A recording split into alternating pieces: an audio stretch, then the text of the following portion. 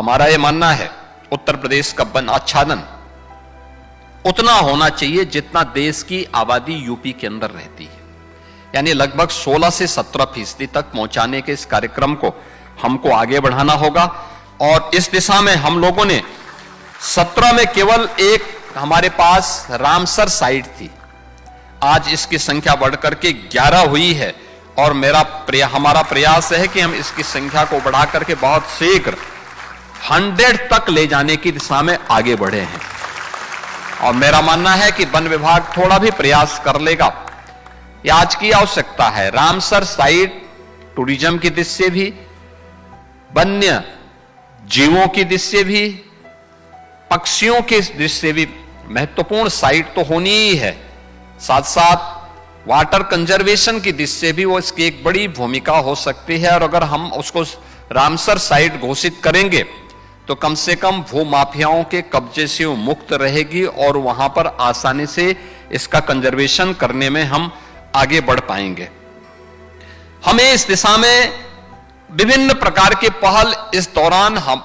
विभाग के स्तर पर हुए हैं, जिसमें अटल वन है,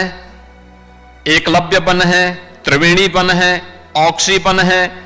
सिटी वन है, ये सभी प्रकार की स्थापना के कार्यक्रम हुए।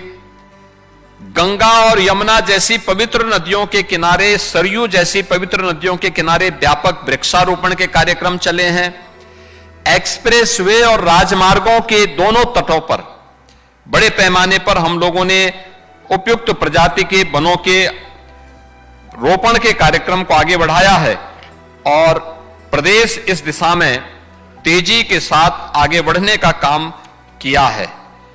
हमारे प्रदेश के अंदर इस दौरान हम लोगों ने 1 डिस्ट्रिक्ट 75 डिस्ट्रिक्ट यूपी के अंदर हैं,